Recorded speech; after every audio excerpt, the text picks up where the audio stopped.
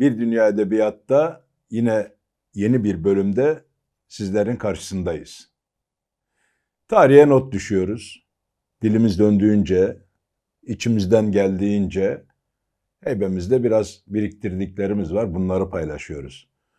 Bugün de yine burada gerçekten tanımış olmaktan büyük keyif aldığım, abim diye konumlandırdığım ve öyle bir masada da tanıştık ki eyvah eyvah masada kimler yoktu ki, isim bende kalsın.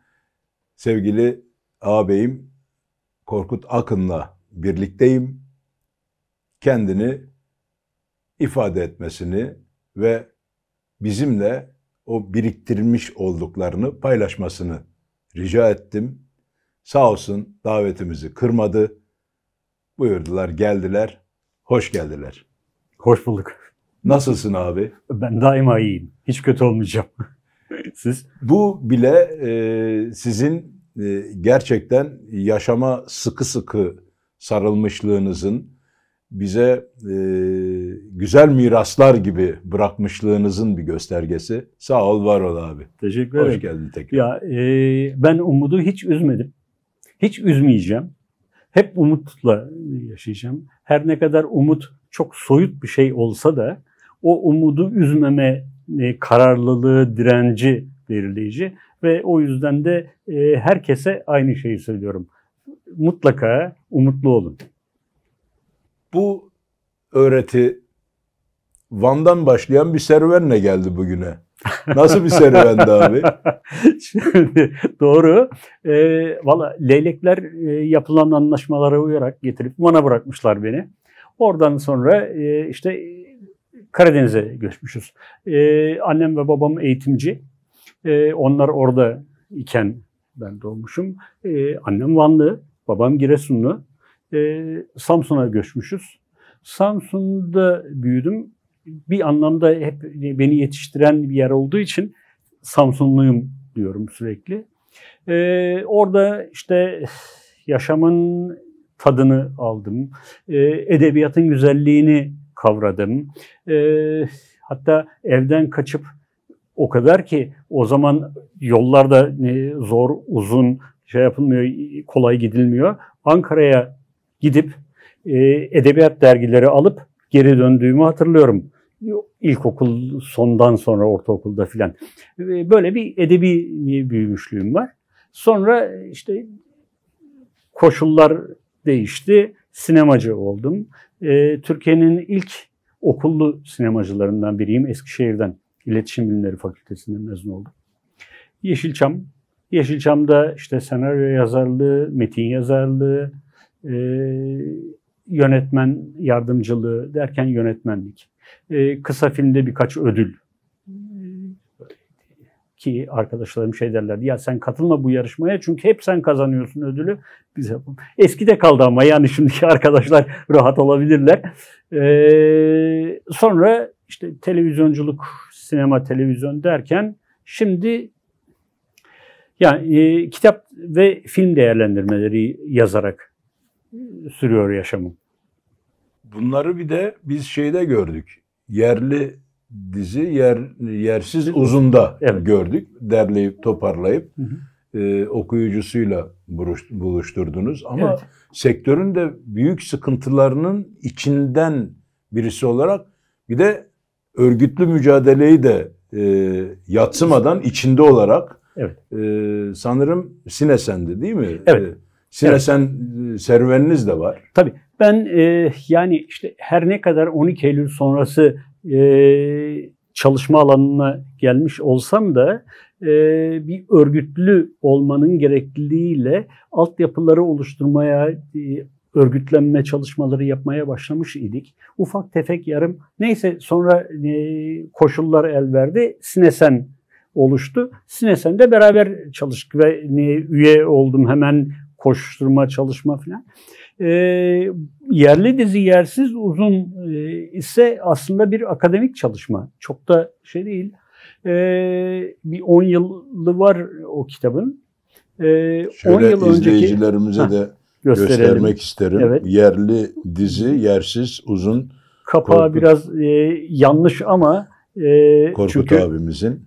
Sanki biraz magazinelmiş gibi bir kapak. Kapak yanlışlığını koyalım bir tarafa. Evet, özellikle kamera arkası çalışanların, sadece kamera arkası da değil aslında, senaryo yazanları için de geçerli. Bizim Yeşilçam'dayken 15 günde çektiğimiz 90 dakikalık filmleri şimdi 2 saat olarak bir haftada çekiyorlar. Korkunç çalışma zorlukları. İnanılmaz korkunç hem de. Ve karşılığı da yok. Çoğunlukla işte 3 ünlü oyuncu ya da 3 ünlü, 5 ünlü yönetmenin dışında hemen hiçbir çalışan, tabii görüntü yönetmenleri falan da dahil, ama 3-5 tane, hepsini böyle saydığınız zaman bir elin parmaklarından az. Onları dışında emeğinin karşılığını alabilenler o kadar az ki. Kuşkusuz değişen koşullarda bir şeyler oldu. Yani biz isim vermekte sakınca yok. TRT'de çalışırken bile sigorta yapmıyordu bizi ve herkes şey diyordu, ya devlet dairesi nasıl sigorta yapmaz? Olur, değil mi? Evet, sigortasız çalıştık. Şimdi hiç değilse bütün setlerde çalışanlarımız, oyuncular da dahil, buna figüranlar da dahil, hepsi sigortalılar. Bu bir avantaj, değişen koşullar. Ama işte ben bu kitabı yazdığımda filmler işte 100 dakika, 120 dakika filandı. Şimdi 3 saate çıktılar. Ve yine bir haftada çekiliyor. İnanılmaz bir koşuşturma. İster istemez belli birkaç bölümden sonra senaryo yazan arkadaşlarımızı yetiştiremedikleri için öyküler tavsamaya başlıyor, bozulmaya başlıyor, yanlışlar olmaya başlıyor. Herhangi bir karakter, diyelim ki sıradan bir şeyken, bir bölümlükken, eğer iyi, başarılı ise bir anda öne çıkmaya başlıyor. Onun üzerinden öykücük kurulmaları başlanıyor. Sonuç yok. Sonuç çok kötü oluyor. Bir anda meczup biri öğretmen oluveriyor. Ya nasıl oldu bu? İşte onu da izleyen çözsün. O izleyen dürsün diye. Ama izleyicilerimiz de zaten o yüzden, ya açık söylemek gerekir, televizyona aptal kutusu denmesinin nedeni bu. Çok çabuk yenilen, çok çabuk unutulan işler çıkıyor. Ama değişmesi gerekir bunun. Sanıyorum giderek daha örgütlü güçlerle, işte meslek birlikleriyle, sendikalarla, ki birkaç sendika birden var şimdi sinema alanında. Böylelikle bir şeyler daha da iyiye gidecek gibi görünüyor. Umudu üzmüyorum yine. Eyvallah, doğru bir noktadan daha iyiye gidecek gibi görünüyor ama mesela 12-13 yıl öncesinden o ihtişamlı Gezi'deki sanatçı arkadaşlarımızın oynadığı diziler soruşturulmalara tekrar Evet. başlayabiliyor. Burada da örgütlü durmak deyip burada bu konuyu kapatmak istiyorum. Doğru. Ama gerçekten örgütlü durulduğu andan itibaren faşizm kaybediyor. Bu net. Onu başarabilsek, yani birçok yerde çok şey elde edeceğiz, başaracağız. Ama biz örgütlü olmayı çok da kabul edebilmiş, içselleştirebilmiş, sahiplenebilmiş değiliz. Sadece sinema açısından söylemiyorum. Diğer alanlar için de aynı. Hemen buna bir örnek var Korkut abi. 12 Eylül'de mesela annenizin, Nebahat Hanım'ın yaşadıkları, tırnak içinde, Evet. Günlüklerinin içinden ama bir vefa borcunun dışında bir örgütlü birey duyarlılığıyla şurada gördüğümüz firari defterde hayata geçmiş. Evet. Yani biraz önce aslında anlattığımız şeye de çok uygun bir örnek. Firari defter oluşuma da çok uygun bir örnek. O nasıl oluştu? Onu söyleyeyim. 12 Eylül günü işte biz hepimiz dağıldık evden. Babam bir tarafa, kardeşim bir tarafa. Annem çıkamadan evden basıyorlar, alıyorlar onu. Alırken hatta kitapta da söz ediyor. Kapının önünde bir kilim parçası vardı, onu kapıyor çıkıyor. Şeyle o Eylül sıcağıyla hiç soğuk olacak, bir gece olacak ya da başka bir giysi gerekecek bilmem ne demeden sadece bir kilimle çıkmış. Cebinde ufacık bir defter kalmış. Nasıl kalmış, ne olmuş onu bilmiyoruz. O defteri ve notlar almış. Her gün bir şeyler yazmış. Bir kısmı tırnak içerisinde söyleyeyim sansürlü. İster istemez sansürlü çünkü ola ki yakalanırsa bir sürü şey olur diye korkusundan. Biz 90. yaş gününde annemin benim çalışmalarımı, yazılarımı, şiirlerimi kitaplaştır demişti.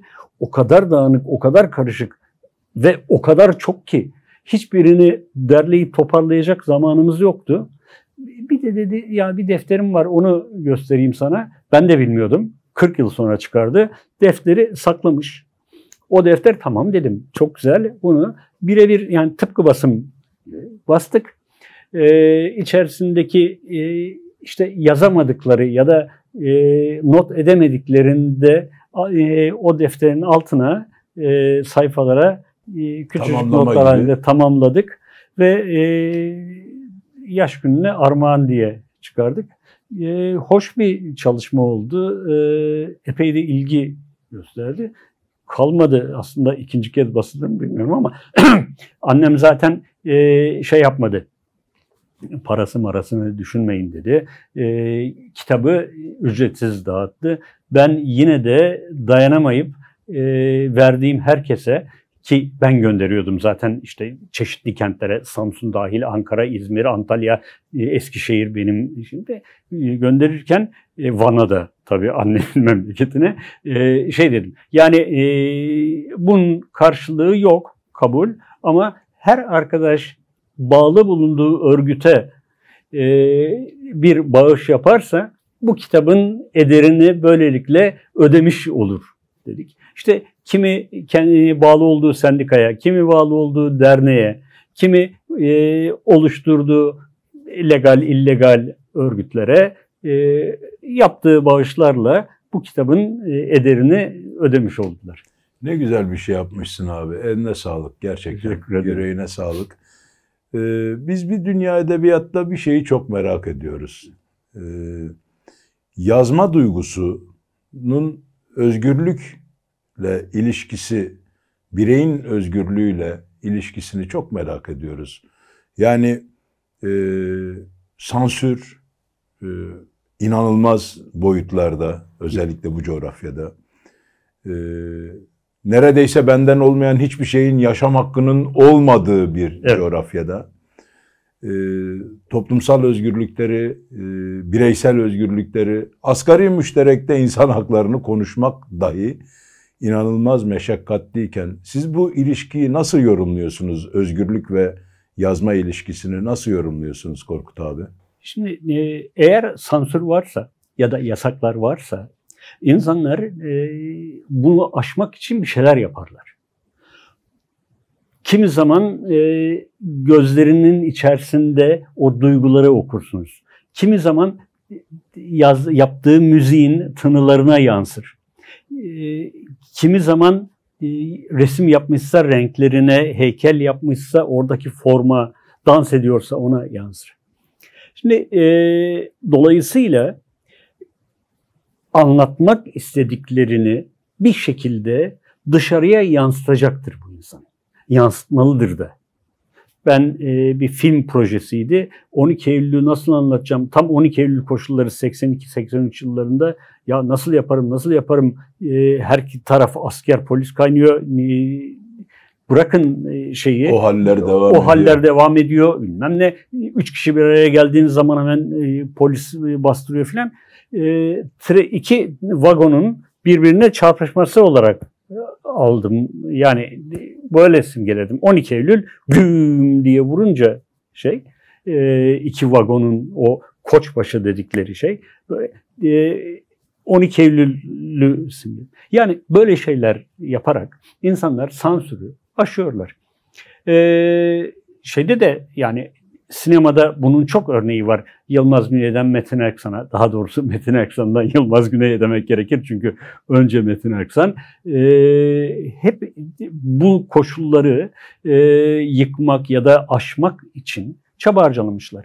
Yazarlar için de aynı şey geçerli. Sanırım zaten sanatın işlevi de burada başlıyor. Yani tabii ki. Kurulu düzeni, yani özellikle de tabii mücadele alanı insan özgürlükleri olunca, evet, faşizm ise faşizmle, gericilikse gericilikle, mücadeleyle geçiyor. Sanatın işlevi galiba böyle bir şey. Tabii ki yaşamı daha iyiye, daha güzele, daha doğruya götürmektir yaşamın asıl, düzeltiyorum, sanatın asıl işlevi. Zaten onun için insanlar kendileri için yazarlar, kendileri için çekerler, kendileri için söylerler. Ama kendilerine söylerlerken de hep kendilerinin iyi olmasını. Aynı müziği siz dinlediğiniz zaman siz de daha iyiye, daha doğruya, daha güzele gidersiniz. Okuduğunuzda da aynıdır, izlediğinizde de aynıdır. Dolayısıyla oradan bir şeyler kaparsınız. Küçük küçük başlayınca büyür, işte damlaya damlaya göl olur der gibi böyle kocaman bir dünya oluşur. Yani yeni bir dünya oluşturursunuz. Mesela sevgili izleyiciler, tam o damlaya damlaya göl olurla ilgili yeri gelmişken hemen araya girdim. Korkut Akın'ın şöyle bir özelliği var. 40 yıldır, 43 hatta yıldır mesela kendi duygu ve düşünce dünyasında o yıla atfettiği bir başlık oluyor. Bu yılınki özgürlüklermiş, tesadüf eseri. 43 yıldır o başlıklarla ilgili kartlar bastırıyor ve burası çok kıymetli. PTT aracılığıyla ya da bir kargo aracılığıyla değil, gördüğü insanlara bu kartları dağıtıyor. Bu serüven nasıl başladı Korkut abi? Çok kıymetli bir şey bu. Teşekkür ederim. Evet, doğru. Yine işte 12 Eylül sonrasıydı. İlk kartımda da Ahmet Telli'nin bir dizesini alıp birazcık da değiştirerek kullanmıştım. Ahmet Telli de anonim oldum ben diye sevinmişti. O ayrı bir şey. Yine işte az önce söylediğimiz bir şeyleri anlatmak, bir şeyleri aşmak, bir şeylere karşı çıkmak, belki muhalif olmak, belki itiraz etmek.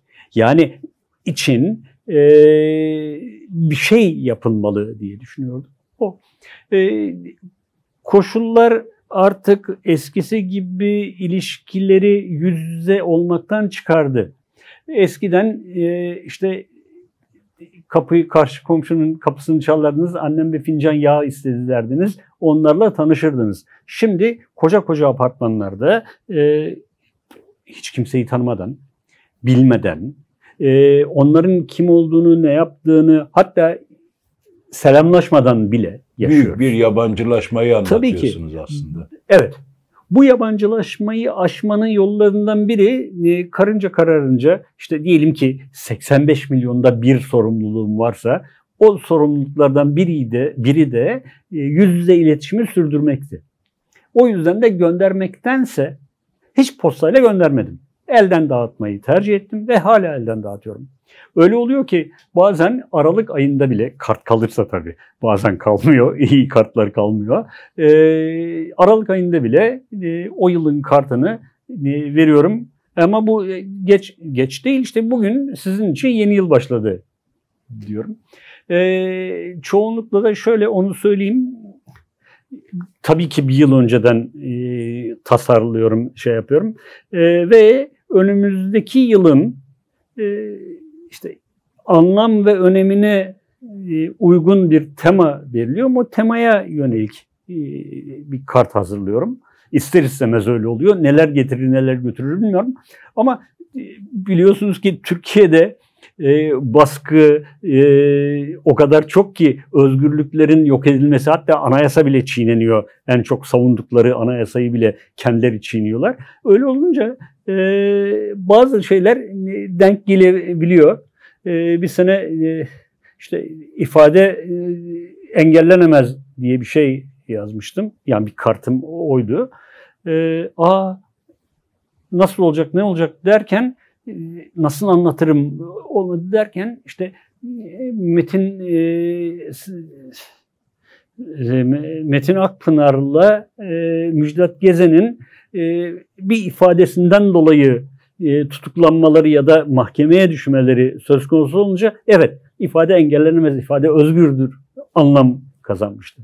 Burada da aynı şekilde yine bu seneki işte her birey sansürsüz ve yasaksız yaşamayı hak eder diyordum.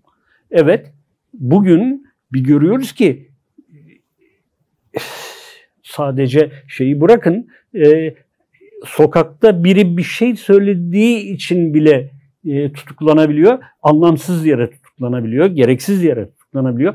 Onlar da biliyorlar bunun gereksiz, yanlış olduğunu ama gözdağı vermek için, o baskıyı toplumun her anına, her alanına yaymak için bunu yapılır. O yüzden de biraz da işte benim mücadele alanım kartlarım oldu.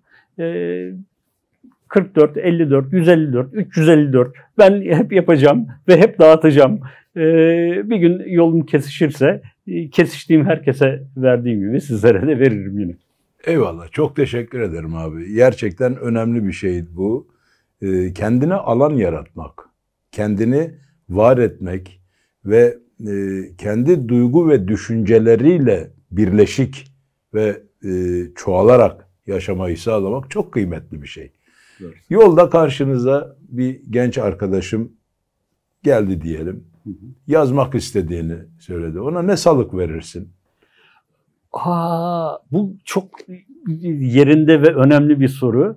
Onu hep söylüyorum. Dün de bir avukat arkadaşımız kendi anılarını yazıyor. Onunla konuştuk. Hep söylediğim, arkadaşlar, yani hatta kameranın içine bakıp izleyicilere de söyleyeyim. Her ne olursa olsun, her kim olursanız olun, mutlaka ama mutlaka yazın. Sizin düşünceleriniz, düşleriniz, yaşadıklarınız çok sıradan gibi gelebilir. Ama bir dönem sonra onlar biriktikçe siz de yazmayı yetkinleştireceksiniz kuşkusuz.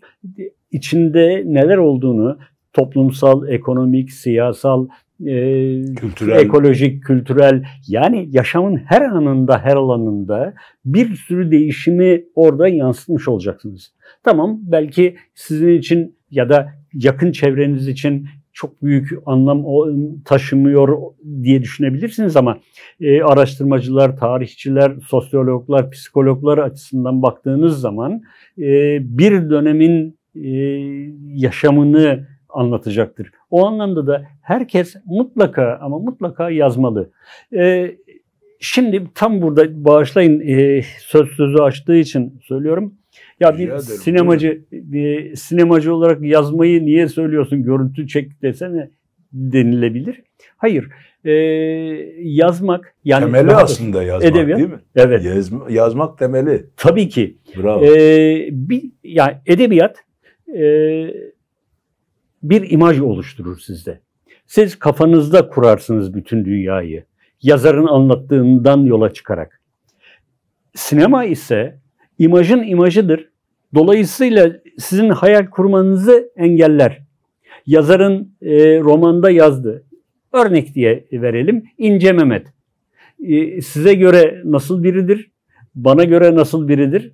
Yönetmen onu vallahi kısa boylu, hatta biraz topluca, saçı var ya da yok, sakallı ya da değil gibi görebilir. Sizin kafanızdaki imaj bir anda değişir. Siz oysa çok daha farklı görmüşsünüzdür. Yeşil gözlü düşünmüşsünüzdür.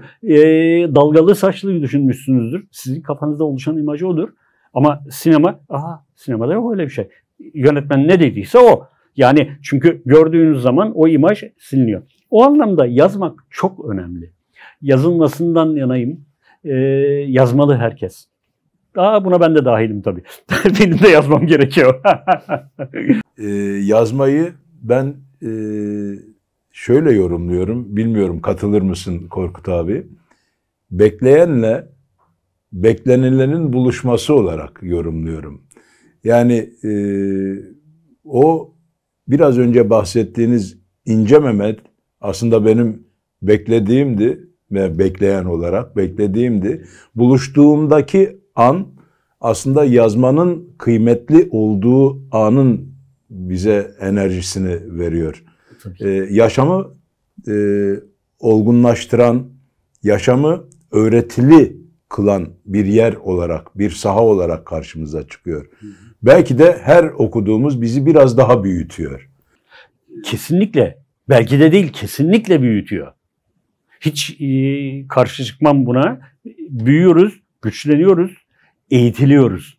Her okuduğumuzda biraz daha. Onun içindir ki bana bir harf öğretenin 40 yıl kölesi olurum diyor. Bir harf olursa 40 yıl, yani bir harfi 40 yılla ölçüyorsak, bir roman okuduğunuzda bir düşünün kaç bin 40 yıl kazanıyorsunuz, yetişiyorsunuz. Bilgi birikiminiz, dağarcığınız ne kadar güçleniyor.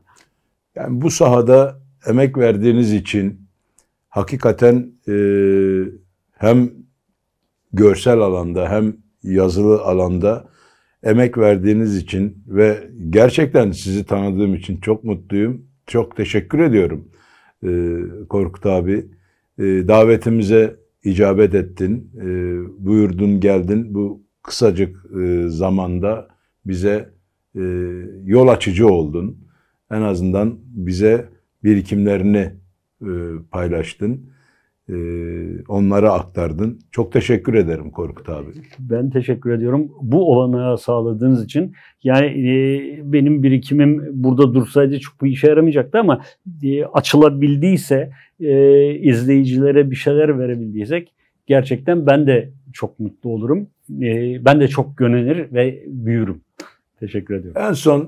En son giderken, bitirirken hocam, coğrafya kader midir?